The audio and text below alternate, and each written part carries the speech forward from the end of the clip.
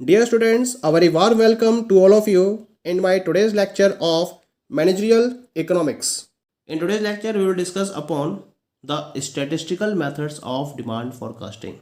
जैसा कि previous lecture में हमने सर्वे मेथड्स ऑफ डिमांड फोरकास्टिंग को डिस्कस किया था, आज के लेक्चर में हम डिस्कस करेंगे about the statistical methods of demand forecasting. तो यहाँ मैंने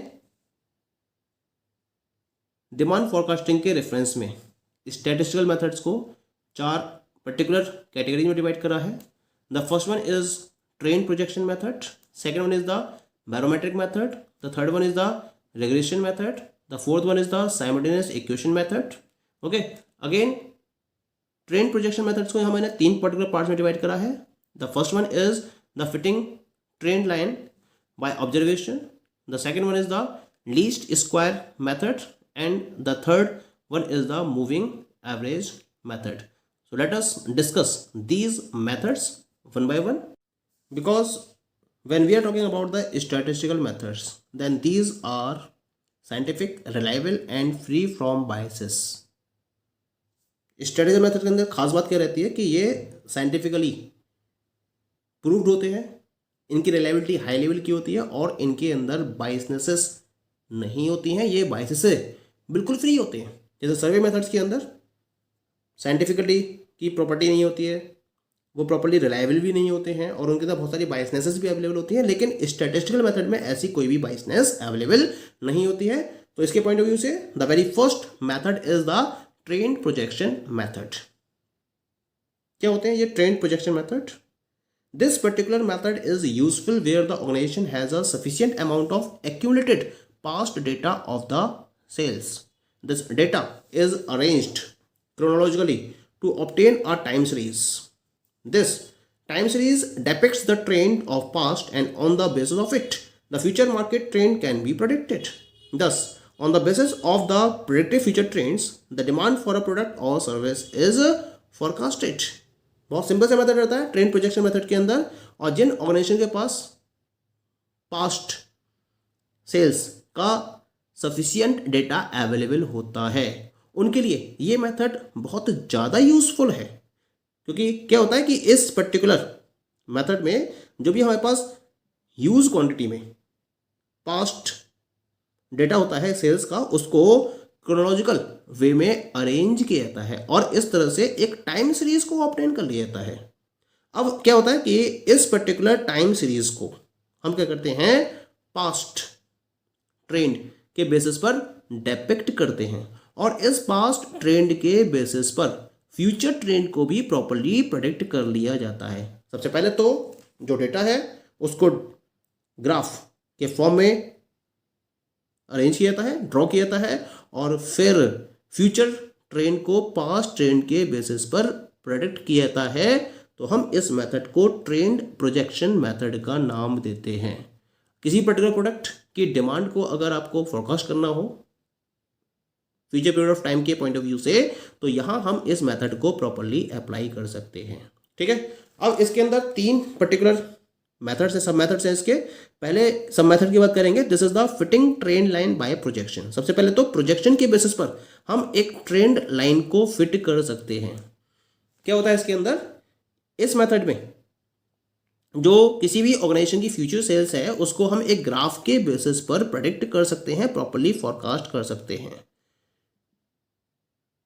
इसके लिए क्या करना होता है, जो सेल्स डेटा होता है, जो हमारे पास पास्ट रिकॉर्ड रहता है सेल्स डेटा का, उसको हम ग्राफ के फॉर्म में प्लॉट करते हैं और फिर उन पर्टिकुलर ग्राफ के बेसिस पर एक प्रॉपर्ली लाइन को प्लॉट किया जाता है। ठीक है, और इन पॉइंट्स के बेसिस पर जो हमें लाइन मिलती है उसे हम बोलते हैं ट्रेंड लाइन, और इस ट्रेंड लाइन के बेसिस पर आप फ्यूचर की सेल्स को भी प्रॉपर्ली फोरकास्ट कर सकते हो। इसको मैंने एक एग्जांपल के बेसिस पर प्रॉपर्ली डिफाइन भी किया है। यहाँ मैंने एक फर्म है XYZ, इसकी 2010 से लेकर 2019 तक की सेल्स को रिप्रेजेंट किया गया है। ये इसका पास्ट रिकॉर्ड रहा है कि 2010 में इसने 20,000 टन्स की सेल करी थी, 2011 में इसकी सेल रही थी 24,000 टन की। इस तरह से इसको मैंने रिप्रेजेंट किया है टेबल में 2019 तक, जहां इसकी सेल्स 50,000 टन्स तक रही है। ये एक प्रोग्रेसिव सीरीज को रिप्रेजेंट कर रहा है जहां इसकी सेल्स लगातार इंक्रीज हो रही है। तो अभी से मुझे पता करना है कि अगर फर्म 2020 में सेल्स को डिटरमाइन करना चाहे तो किस तरह से डिटरमाइन कर सकती है। तो इसके लिए मैंने एक्स एक्सेस पर ईयर्स को रिप्रेजेंट किया है और वाई एक्सेस पर मैंने सेल्स इन 1000 टन्स के फॉर्म में रिप्रेजेंट किया है। तो सेल्स आपकी 2010, 12, 14, 16 तो इस तरह से मैंने पैरामीटर लिया है और सेल्स के लिए मैंने 10, 20, 30, 40, 50, 60 का पैरामीटर लिया है। अब 2010 है तो 2010 की सेल्स को मैंने रिप्रेजेंट करा है 20 के हिसाब से। तो ये पहला पॉइंट आपको दिख रहा होगा यहाँ पर। फिर 10 और 12 के बीच में 11 आएगा तो 11 के रेफरेंस में सेल 24, इसको मैंने एक पॉइंट से रिप्रेजेंट कराया। तो इस तरह से हर पर्टिकुलर कॉम्बिनेशन के फॉर्म में मुझे एक डिफरेंट पॉइंट्स यहाँ इन्वॉल्व हो गए। अब मैंने क्या करा है कि एक एक करके इन पॉइंट्स को मैच कर दिया डॉटेड लाइन से और इन डॉटेड लाइन की प्रोग्रेस के बेसिस पर मैंने क्या करा, एक ऐसी लाइन को ड्रॉ करा है जो ऑलमोस्ट इन सारे पॉइंट्स के मीडियन को रिप्रेजेंट कर रही हो, यानी कि ऑलमोस्ट इन सारे पॉइंट्स को कवर करते हुए चल रही हो। ऐसी एक पर्टिकुलर लाइन मैंने ड्रॉ करी है। तो इस लाइन को हम नाम देते हैं ट्रेंड लाइन का। अब मान लीजिए कि मुझे 2020 के करस्पॉन्डिंग सेल्स को मेजर करना है तो 2020 से मैं एक वर्टिकल डिस्टेंस को मेजर करूंगा और जो पॉइंट इस ट्रेंड लाइन पर पड़ेगा 2020 के करस्पॉन्डिंग, उस पॉइंट से 2020 की जो वर्टिकल डिस्टेंस है ये आई 48, यानी कि 2020 में जो सेल होगी कंपनी की that will be equal to 48,000 tons. ये मेरे पास एक क्या आ गया, फ्यूचर ट्रेंड आ गया और इस बेसिस पर मैंने कंपनी की फ्यूचर सेल्स को प्रॉपर्ली डिटरमाइन कर लिया। तो हम इस मेथड को नाम देते हैं fitting trend line by projection. Next one is the least square method.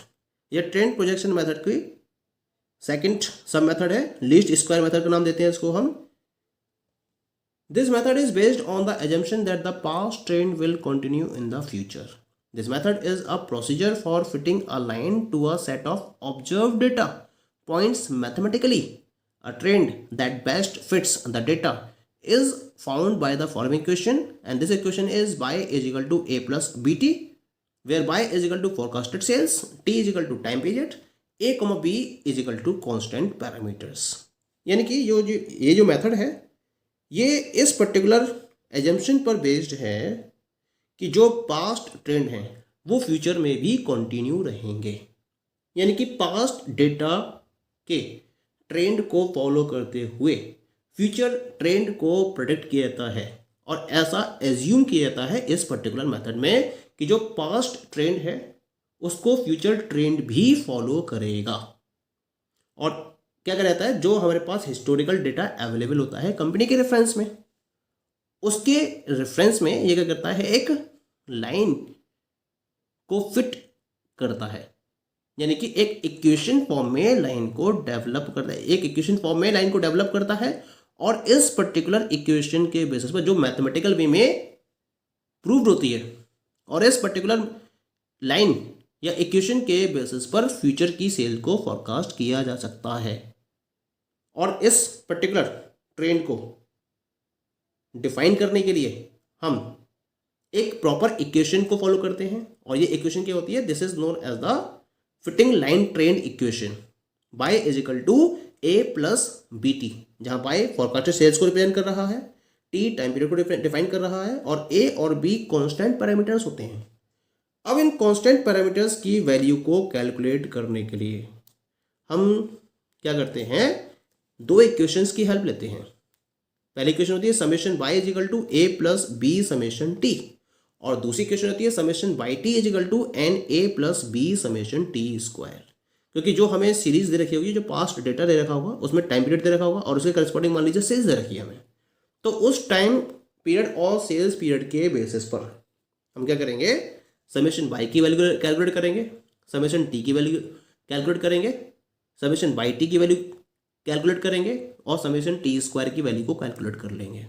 अब इन वैल्यूज को इन दोनों इक्वेशंस में पुटअप करने के बाद हमें दो साइमल्टेनियस इक्वेशंस ऑब्टेन हो जाएंगे। इन दोनों साइमल्टेनियस इक्वेशन को हम सॉल्व करेंगे तो हमें इसके बेसिस पर ए और बी की वैल्यूज मिल जाएंगी। अब इन ए और बी की वैल्यूज को हम क्या करेंगे, जो ट्रेंड लाइन है उस ट्रेंड लाइन इक्वेशन में पुटअप कर देंगे, y is equal to a plus b t. तो इस तरीके से हमें प्रॉपर एक इक्वेशन मिल जाएगी। मान लीजिए कि a की वैल्यू है 0.5 और b की वैल्यू है 7, तो जो हमारे पास फिटिंग लाइन आएगी 0.5 और 7 के बेसिस पर y is equal to 0.5 plus 7t। अब टाइम पीरियड यानी कि टी की वैल्यू को जब हम इसमें रखेंगे तो हमें फॉरकास्टेड सेल्स की वैल्यू मिल जाएगी। लेकिन यहाँ पे जो टी की वैल्यू रखी जाएगी, मान लीजिए कि मुझे 2021 का डेटा ऑब्टेन करना है या 2022 का डेटा ऑब्टेन करना है, तो यहाँ हम क्या करेंगे, ए ईयर को हम कुछ पर्टिकुलर पॉइंट के बेसिस पर मेजर करेंगे। जैसे मान लो डेटा दे रखा है आपके पास 2009, 2010, 2011, 2012, तो 2010 का आपने मान लिया 1, तो 2011 हो गया, फिर उसके बाद 2, फिर 2012 हो गया 3। इस तरह से इसको डिफाइन करते हुए 2021 को भी हम एक प्रॉपर वैल्यू प्रोवाइड करेंगे और उन वैल्यू को हम पुटअप करने के बाद फॉरकास्टेड सेल्स की वैल्यू को डिटरमाइन कर सकते हैं। तो इस तरीके से इस मेथड के हेल्प से हम क्या कर सकते हैं, फॉरकास्टेड सेल्स को डिटरमाइन कर सकते हैं, ये एज्यूम करते हुए कि जो पास्ट ट्रेंड है वो फ्यूचर में भी एज इट इज फॉलो होगा, कंटिन्यू रहेगा। क्लियर हो गया? ठीक है, अब हम बात करते हैं about the next method, and this method is known as the moving average method. क्या है ये method? It is a technique that calculates the overall trends in a data set. The data set is sales volume from historical data of the company. It is simply the average of a select set of time periods. क्योंकि moving average है तो इसमें क्या करते हैं हमें ना, इसमें हम डेटा सेट के ओवरऑल ट्रेंड को कैलकुलेट करते हैं। कंपनी के हिस्टोरिकल डेटा के सेल्स वॉल्यूम का हमारे पास एक डेटा सेट अवेलेबल होता है, ठीक है, और इसके बेसिस पर हम क्या करते हैं, उस डेटा सेट के ओवरऑल ट्रेंड को कैलकुलेट करते हैं। यानी जितने भी टाइम पीरियड्स, जो सेट ऑफ टाइम पीरियड हैं, उन सेट ऑफ टाइम पीरियड के एवरेज को कैलकुलेट करते हुए हम फ्यूचर सेल्स को फॉरकास्ट करते हैं। ये मूविंग कहलाता है। Why it is known as moving? क्योंकि इसमें क्या करते हैं ना, a new number is calculated for an upcoming time period, the oldest number in the set falls off. जैसे जैसे हम नए नंबर, जैसे जैसे टाइम आगे बढ़ता चला जाता है तो नया नंबर इंक्लूड होता चला जाता है और जो ओल्डेस्ट नंबर्स होते हैं वो इस सेट में से निकाल दिए जाते हैं। जैसे मान लीजिए 2016 का डेटा है, अब 17 पास हो गई तो 17 का डेटा इंक्लूड कर लिया जाएगा, और इससे पहले वाला जो डेटा था, मान लीजिए 2011 से स्टार्टिंग थी, तो 2011 के डेटा को ड्रॉप कर दिया जाएगा और 2017 के डेटा को इसके अंदर इंक्लूड कर लिया जाएगा। तो इसी वजह से हम इसको मूविंग का नाम देते हैं। तो मूविंग बेसिस पर ये क्या करता है, एक एवरेज वैल्यू को कैलकुलेट करता है for a selected set of time periods. इसी वजह से इसको हम मूविंग एवरेज मेथड का नाम देते हैं। और इसके लिए हम एक प्रॉपर फॉर्मूला का यूज करते हैं यहाँ पर ना।